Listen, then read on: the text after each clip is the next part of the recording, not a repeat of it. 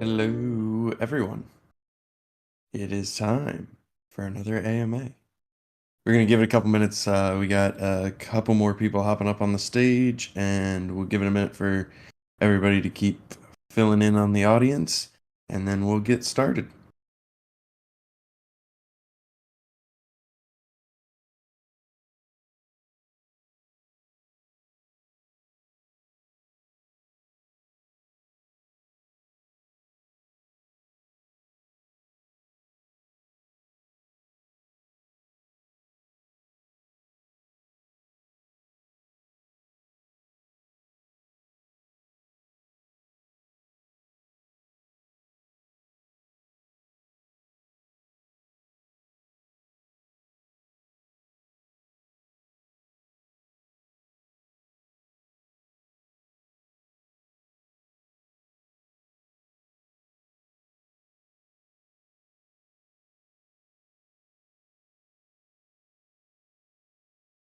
All right. We're going to go ahead and kick off this week's AMA. And as is tradition, we have Frisky Fox here to give us some updates. Thanks, Bolon.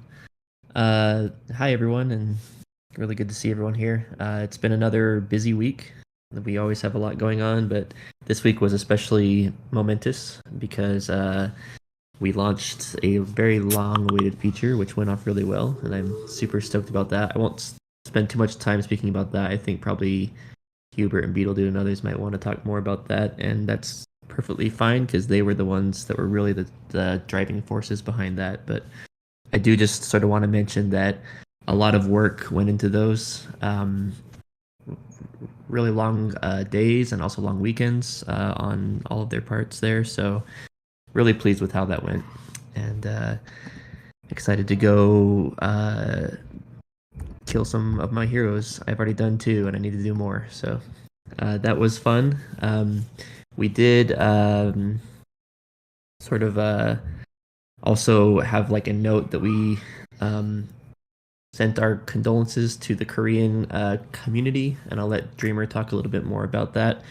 He actually speaks fluent Korean, and he's been one of our main interfaces with the Clayton team. But we just sort of like want to reiterate that tragedy it like really like weighs heavily on our hearts, and we've announced a few things about that this week as well. So feel free to go read those. Um, for stuff that we're working on, there's a lot of stuff going on. It's really busy right now with all of the things that are in motion.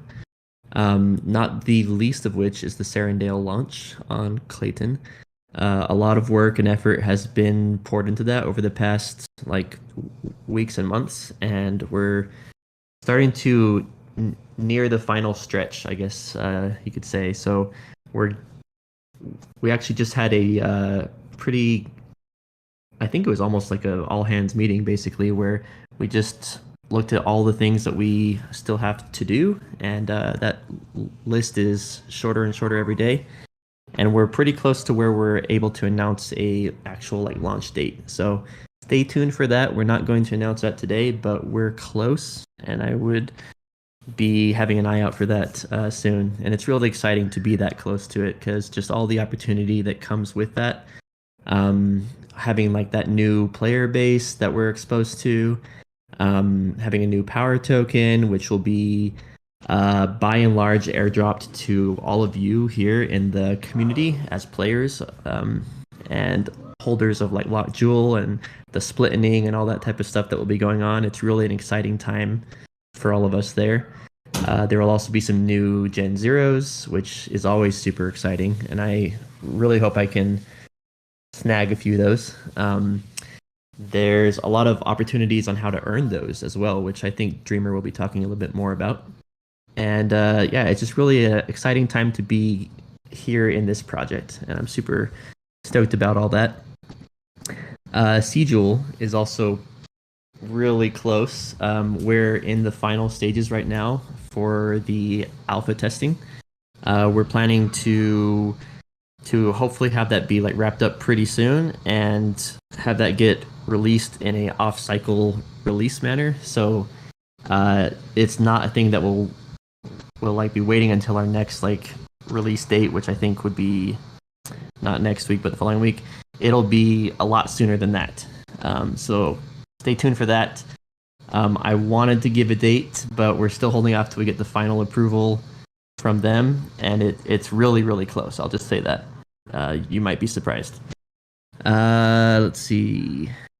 Speaking of Cjoule, I've been spending a lot of time working on the time lock contract and the on-chain governance aspect of it, which it sort of opens up the ability for us to do on-chain votes and things like that to, for example, change allocation in the gardens or change some of the settings for our smart contracts and just have it automatically happen instead of having us have to still go execute it, which I think is a really big step towards more decentralization and just the spirit of like Web3 in the blockchain. And I'm super excited about that. I also recorded myself for about an hour last night coding a smart contract because Risen is starting a new series where he wants to show some of the things that we're doing, sort of a behind the scenes, how do we do our work.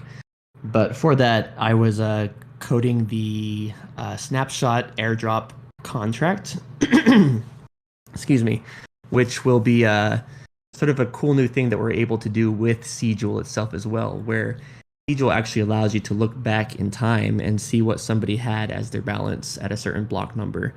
And that allows us to create really cool things with automatic snapshots to where we could say at a certain block number, anyone who has over X amount of Cjoule will automatically qualify to receive items X, Y, and Z or something like that.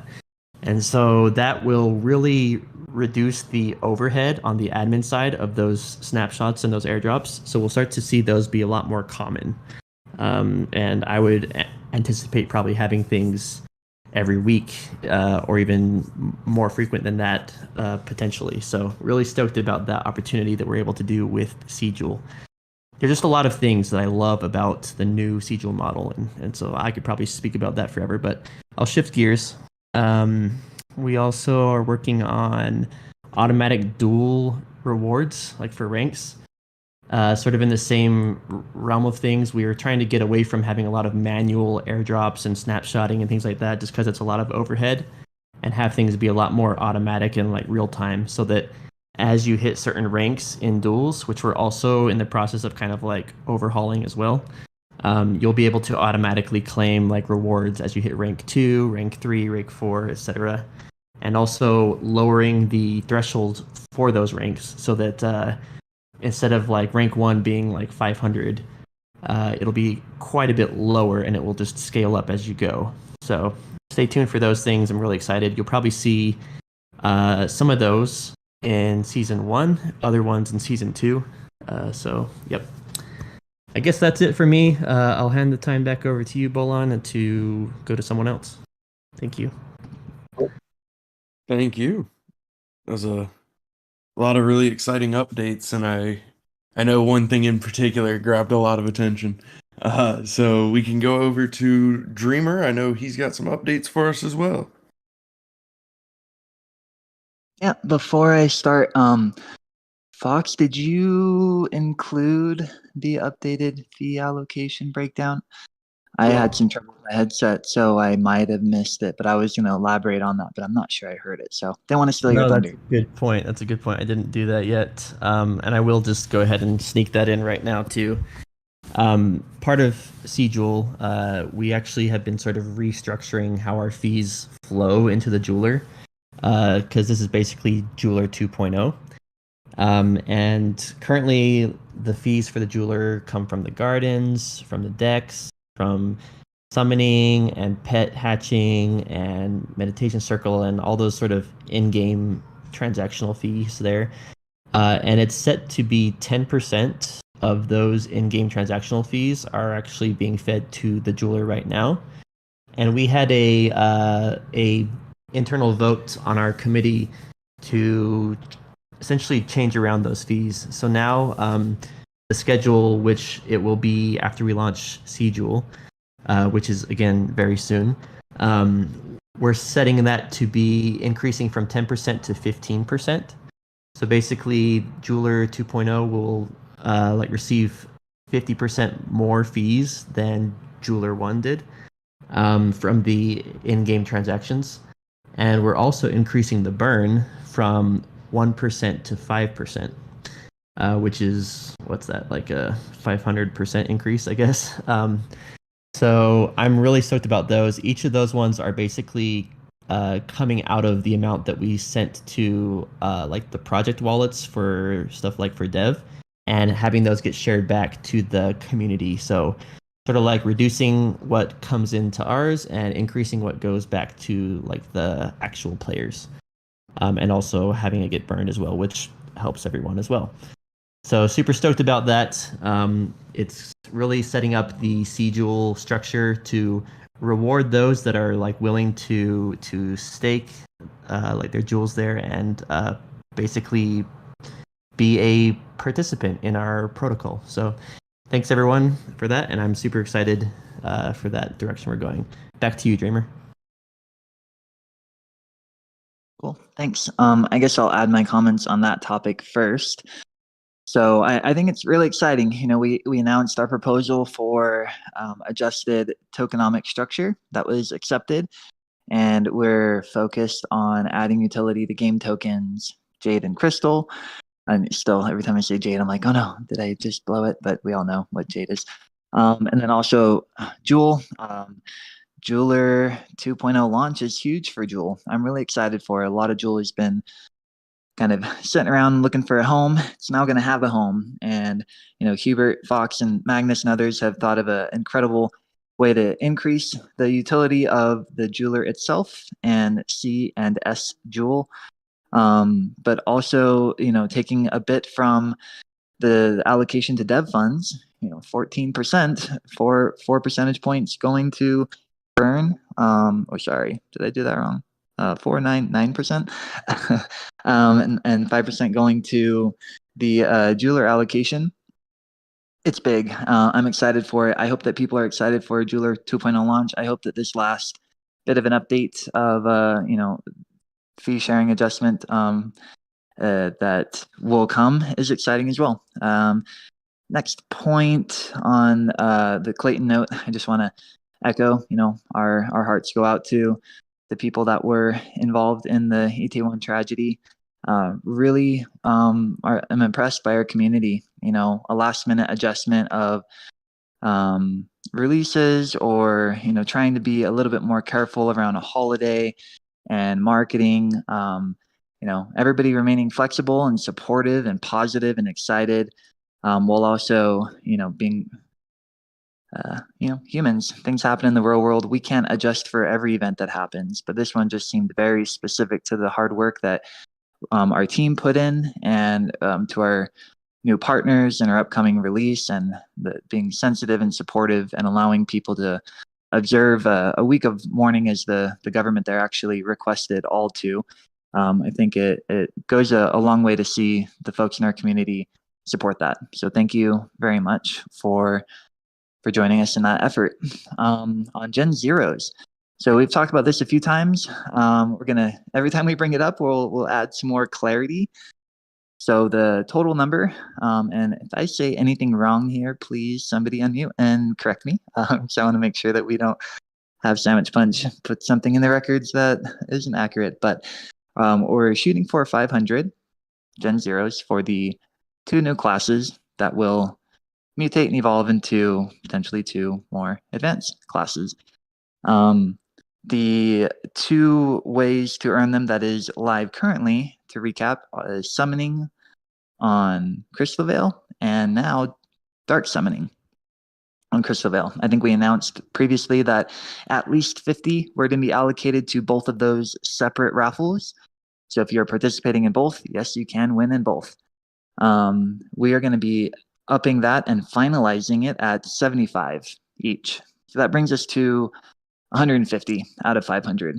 And if we look back at Crystal Veil launch and how we did the release of the Gen Zeros there, we want to, you know, learn some lessons, and I think one of which is we do want a good amount to be available on launch of Summoning and the Realm, but not all of them. And I think before we didn't do all of them, but it was a good chunk right at first. So what we're committing ourselves to now is half. So 250 are going to be available when they are released and dropped there. That remaining 100, if folks are doing the math, 75 plus 75 is 150. We need 100. That's going to be also allocated to the C jewel holders and stakers and the Crystal Veil jeweler. So folks should be excited about that being included in the announcement tonight. We'll give more details and the dates and everything. But the recap, 250 out of the 500 are now announced. 75 the ongoing summoning event in Crystal Veil, 75 an ongoing dark summoning event, 100 allocated to a raffle of C jewel holders in the jeweler, and the remaining 250, more to come on that. We will be announcing that as we get closer, but people should expect that the 250 would come after the launch of those Gen Zeros rather than before. Let's see. Is that all my points? I'm gonna look at my notes here. Oh, and I guess just a quick update on collaborations. I'm not gonna be a broken record here because we're not at the point of saying names, but a lot of focus on wallet integration, a lot of focus on major DeFi protocols. Clayton's been incredible about connecting us to a lot of the big players in the ecosystem, all of which are really excited for us to come and excited to work with us. We should see people like start trickling in the castle there, maybe other deeper collaborations, and some that really enhance our overall like DeFi experience on that ecosystem. So won't be a brokered record there, but just want to confirm that we're working on that, as well as some really exciting game collaborations that should be getting a little bit more detail. I'm talking about third-party games working with us and some cross-platform integration that could be pretty cool. So, Bolan, those are my comments. Back over to you. Awesome. Very much appreciated. Before we go to others for updates, there's actually a question directly about Gen Zeros. So we're going to go ahead and knock that one out real quick. So it's a two-part question. The first part is about dark summoning. It looks like I know we've been answering it in chat, but we didn't actually put in the announcement the end date. So we'll get that corrected as well, and just kind of recap everything in an announcement later tonight. But that the dark summoning raffle or the dark summoning event is also running until 11:59 p.m. Eastern on the 15th of November. So it and the standard summoning event will end at the same time. However, the second part of the question is regarding the Gen Zero rewards and raffles for duels and dual raffles. We had mentioned that before, and the question was if there is any update on that front.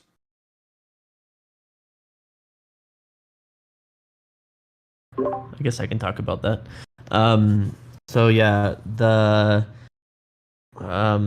actually, can you kind of like restate the question? I want to make sure I'm answering this correctly. Yes. Gen Zero's going to duels and dual raffles. Okay. So for season 0, we had some Gen Zeros get awarded as like rank rewards. Or actually, no, I don't think it was rank rewards. It was just like the top X amount got Gen Zeros, and that was more of a one-off thing we did for Gen or for like season 0 that we don't plan to do as a like regular basis for our future seasons. But we also did a Gen 0 allocation for the general like raffle that was held at the end of the duel, where everybody's points got included as part of that, and we do continue to do that. So obviously, if you have the most points, you have the highest chance to win those. And expect to see more of those. We'll also be like announcing more information about those as it becomes closer. And yeah, we've also kind of like allocated certain amounts of the Gen Zeros over time to be going to things like this. So you'll see some sort of be even like many months after like the launch of the Gen Zeros, we'll still be able to airdrop like more of those to things like raffles and other things that I won't really talk about too much right now. But hopefully that answers that without being too vague. I believe so. All right, I appreciate it. So that takes care of that question. But I did want to circle back for any other updates. We're just gonna pick somebody. Beetle Dude, do you have any updates for us? Yeah, totally. Sorry, I was just shit posting in the voiceless chat. Yeah, so I mean, I think on the builder side, a lot of it was mentioned a little bit before. So Fox mentioned we're working pretty hard on the seed jeweler. Testing is happening as we speak. And so far things have been looking pretty good. I'm excited to be getting that out on an off-cycle release at some point. He talked a little bit about dark summoning as well. I just kind of wanted to mention just how excited we all were internally to be getting kind of our big first feature outside of Crystal Veil Parody up and going, and that it ended up being such an awesome one with some great new art, new music from the excellent Sam, new just mechanics. It really was a huge group effort across the board. So just huge props to the whole team for bringing that to life and being able to kind of include some portal quality of life improvements at the same time. Just ended up being a really great feature. And it opens up the door to keep plugging away on other things, other new features as well. We're excited to be working on the Serendale 2.0 migration and just all the things that go along with that. Excited to be opening up to a new group of users there. And yeah, and then after that, there's just sky's the limit. We've got a whole bunch of stuff on the docket, and we're working through it as quickly as we can. So excited to be on the other side of parity and working towards some huge things. If I could just add on like the celebration of the various types of burns. Months ago when we were entering the current market conditions and it felt very different, it was a huge shift. There was a lot of requests for considering types of token and NFT burns. And I feel like we're really delivering on that. There are a lot of talks and write-ups on how to keep an ecosystem more stable in a ongoing extended bear market. They all seem to include reasonable and not forced burn options. And I think that with what we've delivered so far and with new features coming out, like the not only the burn increase we announced today from a small 1%, which was fair for the market we're in when we launched, but was maybe due for an increase. But all the other burn percentages from duels to now heroes and going forward, looking at other opportunities to be really creative, innovative, not break the balance, but have burn options in this ongoing bear market that we also don't need to roll back necessarily the moment things start shifting as well. A lot of thought goes into this, a lot of minds that are thinking about the stability of the ecosystem. So it's an awesome, beautiful, fun feature, and hopefully people are excited about using it. But I also just wanted to acknowledge that we've been working on these things for a while, announced them a while back. It feels really good to deliver on that subject, and we'll continue to make our best efforts to deliver.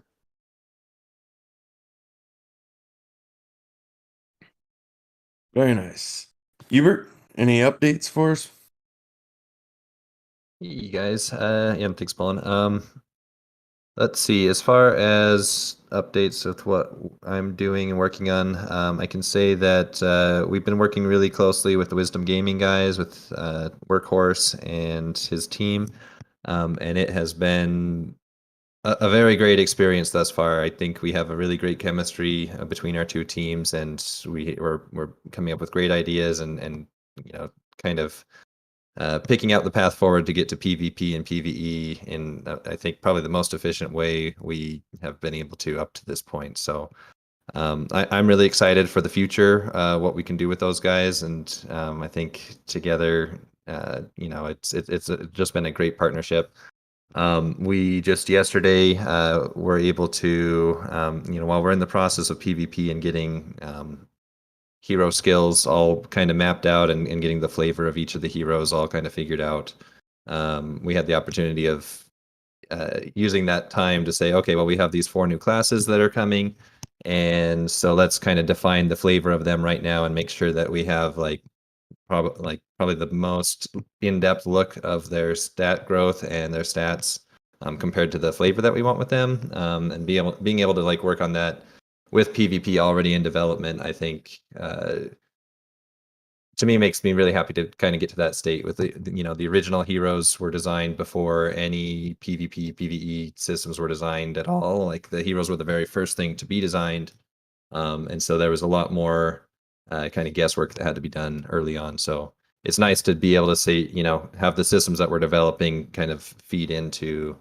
that piece. So anyway, so yeah, that we just finished with the new heroes, getting those all defined, and I feel really good about those, and also have our focus on finishing up what needs to be done to get ready to deploy like the level 10 profession quests and pet utility, and a whole bunch of other features that we want to have coming out in the future too. So there's a lot of work that we're doing in the background. I know we don't talk about all those things all the time, but we're really busy working and trying to make as much progress as we can in this environment that we have, where we are somewhat limited on our resources. But I feel really good with the direction things are going. So yeah, that's my update.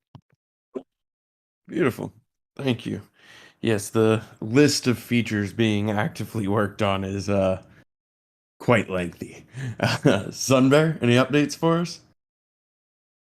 Yeah, I'll just take a moment to highlight a couple things. As we add folks, partners and builders to the castle, I like to highlight it when they get in there and kind of celebrate those partnerships. You may notice that Leela's Ledger has been added to the archivist. Back in December of last year, we ran a bounty for basically a transaction report to help people with collecting information about their gains and losses and to help with taxes and other things. And Mellow Green Giant, who created Leela's Ledger, won that bounty and has done an amazing job since then, updating, adding DFK chain, Clayton, all those kinds of things to help people bring all of their transactions together in one place. So wanted to highlight that co-marketing relationship. Please check it out. And then also added a DFK analytics. The community's been asking for a while for them to be a part of the castle with the archivist. It's a great data visualization tool. If you want to learn just about everything about your heroes or others' heroes and pets, it's a great place to check out as well. I'm excited for our next patch day when level will actually be added to the Jester. We've got all of their stuff just about finalized now, and we're not only going to have games in the Jester, but we're also going to have different protocols or systems that support gaming, or that are bringing gamers to games, or that are basically rewarding folks for checking out Web3, and we're one of those Web3 options with Level that they're really highlighting. So there'll be others there's others that we're also working with that are going to be bringing in folks and introducing DeFi kingdoms through their protocols that will be highlighted in that space in the weeks to come. And then just also, we're continuing to work on getting the artist ready to go for our content creators. And so just wanted to drop an invite for anyone who wants their stuff highlighted to come and check it out on build.defykingdoms.com to apply there. Also, Dreamer had mentioned, that we're starting to work with some other folks that have games that we can potentially integrate into. But not name dropping yet. Well, if you go to build.defykingdoms.com, you might see one of those folks that have put a proposal for building together, and you could learn a little bit more there. So come visit the site. That's all for me, Bolin. Very nice. I like the alpha scavenger hunt. You got to go find it. It's fun already, but why not make it funner, right? Exactly. All right. Oh, look at the timing for Magnus. That is beautiful. Well, let's go to Magnus for his update then. All right, yeah. So I just got off a call with Ava Labs, and they've been very hard at work the last few weeks, putting in some tuning on the Subnet EVM. Got a new release coming out later today that will, after some testing and confirming next week, will allow us to move forward with opening up the chain for contract deployment by anyone without the need to be allow listed. I know we announced that a few weeks ago and had to kind of postpone that a little bit, but if testing goes well next week, we'll be looking in the next couple of weeks after that to announce a date for the hard fork, get that configuration out to the community, and actually go through with the hard fork to remove whitelisting. So good news to come there. Still a few things to hammer out, but we're kind of out of the woods on that front. Ava Labs has been great. Doing some optimizations. They found a lot of overhead that they could improve on, and also gave us some things to improve in our contracts to kind of help with that effort. Particularly our big ones like Quest Core and Duels. So we'll be working hard on that, and they've been working hard on that. So good news to come on actually opening up the chain for anyone to deploy. So stay tuned on that. And as always, DFK Chain Twitter is going to be the best source of information there, as well as the AMAs.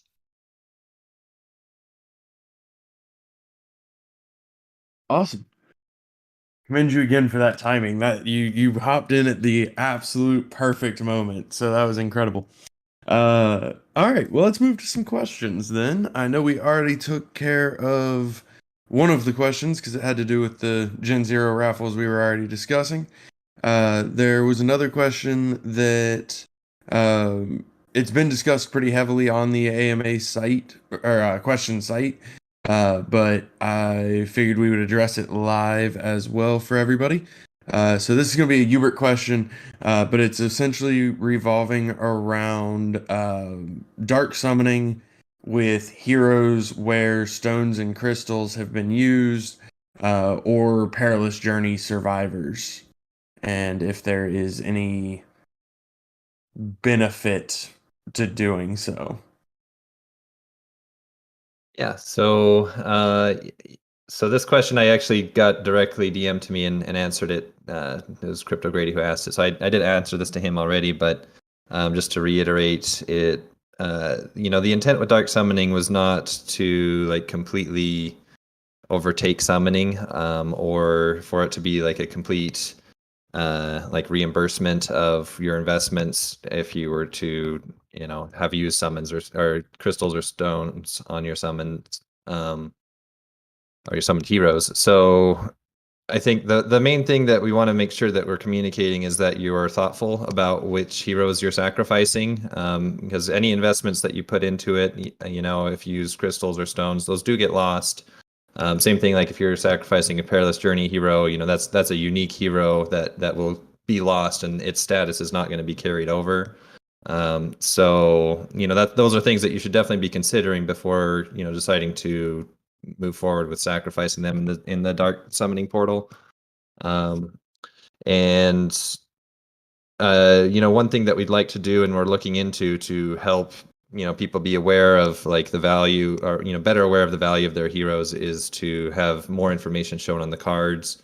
We're looking into what we can do to be able to show if crystals have been used, if stones have been used, like which ones, and have like a history of usage on the hero card. I think that would be helpful, not only just for making decisions with dark summoning, but also when it comes to when you're listing heroes on the tavern, it could impact what you list them at. So that's something that I think can maybe help, at least maybe with the feeling behind this question. But just to answer directly, no, dark summoning is out now. You can see that you're not getting reimbursed for any crystals or stones that were used. And that is the design as it is. So not looking to change that at this point. Perfect. Thank you much, Hubert. We're gonna actually go hit this one real quick because it's also about dark summoning. It was mentioned in the past that you would be able to use locked tokens for dark summoning. That is not implemented currently. Is that still planned? Let's see. Sorry, I got slightly distracted reading the chats. This was for the using lock crystal, right? That was the question. Yes, sir. Okay, sorry about that. Yes, so that was, we didn't have time to implement it with the initial launch, but that isn't to say that we weren't planning to still do that. It has been in our, using it for dark summoning and for other things in game as well, being able to spend lock crystals and in the future lock jade for Serendale is still in the plan, in the works, and hopefully we can get that out sooner rather than later, but I don't have a timeline to be able to give out at the moment. Awesome. Yeah, I know there's some technical limitations on that side. I don't know, Fox, did you want to chime in on that, or did Hubert cover everything for you?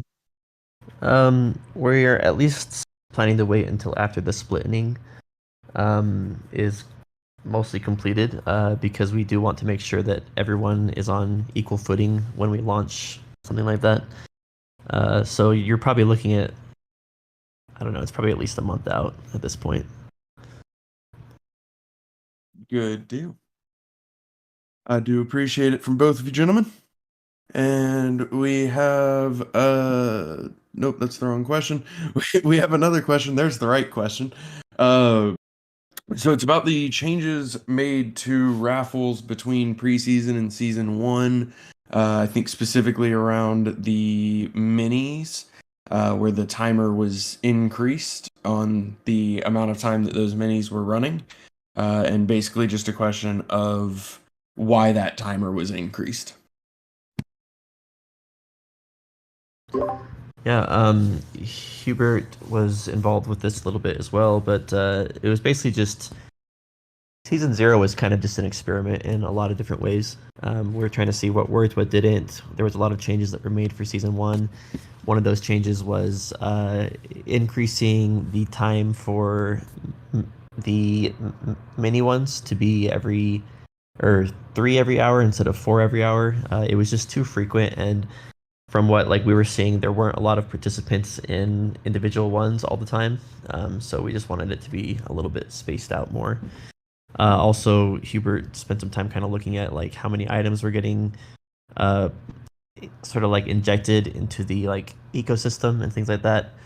And also, it precipitated a lot of talk about whether Serendale would have a separate raffle system or not, and we're still talking about that, but we do want to be cognizant of if we do have 2 separate raffle systems, which it seems kind of likely that it could happen that way.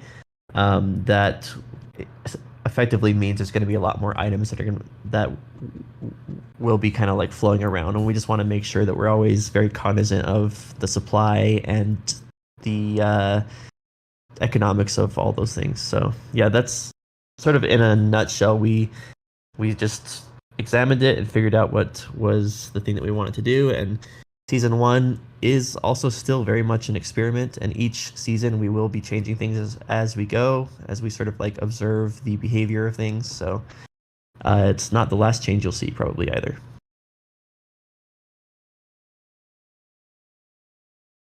Good deal. Hubert, did you have anything you wanted to add to that, or?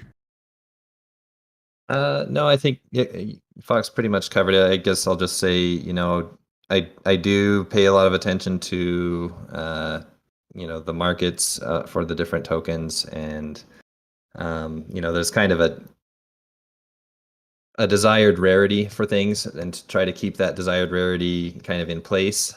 So I think with the first season, or the season 0, it, like Fox said, it was experimental. We needed to really see what the participation would be like, what the impacts would be like, and what the changes in season 1 were in response to what we saw, basically. So, and I would say that I wouldn't rule out further changes in the future, either making it more or less rewarding based on activity. So each season is kind of a reset point for us. So I also saw a comment that like the full question wasn't answered. So could you kind of like re-ask the part that hasn't been answered? Yeah. Well, I guess so. I think what they're referring to is the fact that it you have more max tickets able to enter those raffles, but that's directly correlated to the length of the timer. Yeah, I mean that's just sort of as you slide one, it also impacts the other. Um, and yeah, it just basically comes down to us looking at like the stuff that's being circulated, making tweaks, and you'll probably see more in the future in both directions from time to time. It's just like one of those things that we're going to be constantly balancing.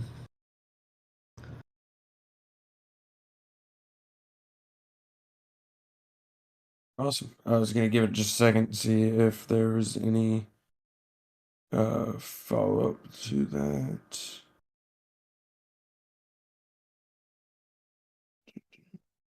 Max tickets has to do with the number of players playing. Fox, do you want to do just a quick overview of how the max ticket is calculated? Yeah. So max tickets looks at how long a certain raffle has until it closes, and I think you are able to put in one ticket per shoot. I think it was every 2 seconds or something for how long it has until it closes. So if it's about to close, you're not going to be able to put in as many like raffle tickets as you would if you got in at the very start of that raffle opening. Then you can put more. That's kind of the idea of it. It's in place to prevent people from sniping them at the end, uh, and have it be a little bit more fair there. Hopefully that answers that. Cool. I believe that it does. Let's see. All right. So yeah, I believe that that does, and that actually does take care of the questions that we had submitted for this week. So we are good to go. We actually stay under time for once on this AMA. So we can go around and get last comments from everybody and then call it a day. I do want to, just as always, plug a reminder here. We have announced that the new token name is Jade. We have not given a contract for Jade, which means that DFK Jade does not exist. If you see another Jade, it is not our Jade. If you are buying that Jade, make sure it is the Jade that you mean to buy because it's not DFK Jade. That was a lot of times saying Jade. All right. Let's see. Well, Magnus went last, so we'll go reverse order. Magnus, did you have any closing comments you wanted to add? No, nothing new for me. All right. Sunbear? I'll just mention that I'm just really impressed with and enjoying our conversations with folks connected to the Clayton system. Just outstanding partners and a lot of excitement to have us be a part of that ecosystem. And really looking forward to announcing some of those relationships with them. So, and looking forward to the launch. It's coming. Awesome. And I forgot which order I went. Hubert. don't really have too much more to add. I just wanted to echo, sentiments we've been saying, earlier in the start of this AMA and in the past too. Is just, I'm really excited for the future. I have seen us kind of go through a crucible with these last several months and everything, and I think we've come out stronger in the end. And I really feel good about where we're headed. So that's all I got right now. Beetle Dude. Yeah, Hubert said most of what I want to say. We're we've got a great team. We're just continuing to push forward, and I've seen just how efficient this group of people can be and how much we can work together to push out some awesome things. Dark Summoning was a great example of just the entire team working on an initiative and getting it across the finish line. So appreciate everybody here and everybody who's working in the background who doesn't always get the credit because they're not up here, but there are a lot of people helping us continue to push forward. So just a big thank you to them, and thank you to the community as well. Appreciate the support. All right. So let's go to Dreamer.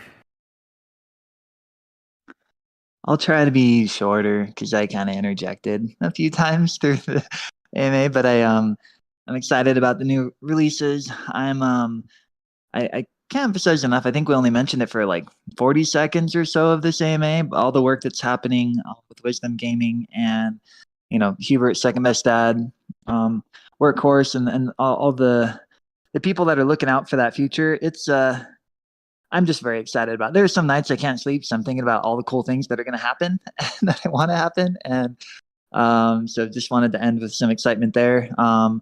The extremely high amount of focus and dedication and care that's being taken with this relaunch of Serendale on Clayton is very impressive. It feels very exciting and energizing to see all of these bits come together with our team. We've now been together for a while, and if I look back at like my previous jobs when I've been doing something for over a year, sometimes it has felt like 5 or 6 years. It's been like, wow, it's been a year, but I felt like I've given much more. And now I look back at that and I'm like, in the last year, we've done so much. In the last month, in the last 5 months. And, one of the places I used to work, they used to always say, like, we have the best people. And I think that was the goal, to attract the best people and create a culture where everybody developed into that within that industry. I really feel like we're trying to do the same. We have such incredible minds and talent and personalities and like conflict resolution styles. Like, we're getting good at looking around corners for risks that may not be seen by the industry. We're getting really good at being reactive when we need to, whether it's a PR related something or a risk in the industry or some, tail risk, 2 Sigma, even 3 Sigma event that we've seen. We're also getting really good at making sure we're keeping the right balance to keep everybody healthy and happy, and make sure that we can keep the features coming, but not get ahead of ourselves and like start sprinting before we're even jogging on something. So just wanted to share my gratitude for the team, for the community, for our partners. We continue to look like to the future and see which ways we can evolve and progress. And I'm very rarely seeing us go in the opposite direction. So excited, very bullish, and just very grateful to be here.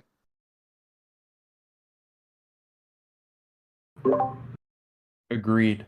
Fox. I unmuted myself without prodding this time. But no, I also want to echo a lot of that same sentiment.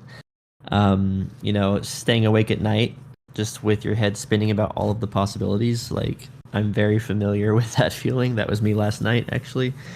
And there's just a lot of really cool and exciting things happening in this field. Just in like Web3, we've always been at the cutting edge of like things here in like the Web3 space, and I think our project in particular has been at the cutting edge of that edge in terms of trying to push the envelope of what you can do on the blockchain, and sort of like how you can mix like stuff with games and finance and everything and create sort of a like metaverse world that uses real world economies and markets within the game itself. It's this whole new like revolution that I think you're going to see a lot more of in the future after everyone starts to realize just how much sense it makes to do that. And there's all kinds of like ups and downs and craziness here in this market, but as I've said before, you build in the bear markets, and I think our team has done an excellent job of that. We've been just not slowing down at all. In fact, we've been speeding up during this time when it's hard to, like it's harder to stay in this space. And I feel like our team has really basically just put the pedal down and is just really like surging forward with that. And we've got our stuff with like the parody is done, and so we're able to work on all the fun stuff now, and I'm super stoked about that as well, because we've got really cool features with our game that are planned. And then just, it's a great time to be here in this project with us about to launch on Serendale 2.0 with like some new heroes, with a new token, with airdrops that will be including all of our players in those things, so that you're able to be a real participant in this like new launch. And I'm really proud of how we handle these expansions, because we're always very, very careful to make sure that we're like handing back those rewards to our community and to our players, rather than just trying to do like a money grab or something on our side. So really proud of our team and all the work that everyone's been doing. Really excited about the things that are about to come out, and just the whole like metaverse experience. We've had other projects reach out to us and like want to use our NFTs in their games, and also doing like having other projects that are launching some of like their own games on like our ecosystem too. And so it's just really cool to see that kind of collaboration here in this space. Yeah, so I guess with all of that, just, I'm feeling very blessed to be here. I actually had a few people just this week that I like used to work with that are like, "Hey, are you done messing around with NFTs? You ready to come back and work with us?" And it's like, no, never. Like, this is exciting and I love being here, and this is where it's at. And so just really stoked to be here with our team, which is amazing. All the hard work, very grateful and proud. And also very, very grateful for all of you here in the audience that are listening and asking questions and playing our game every day. So just want to say thank you to everyone, and bullish. Bullish. Bullish.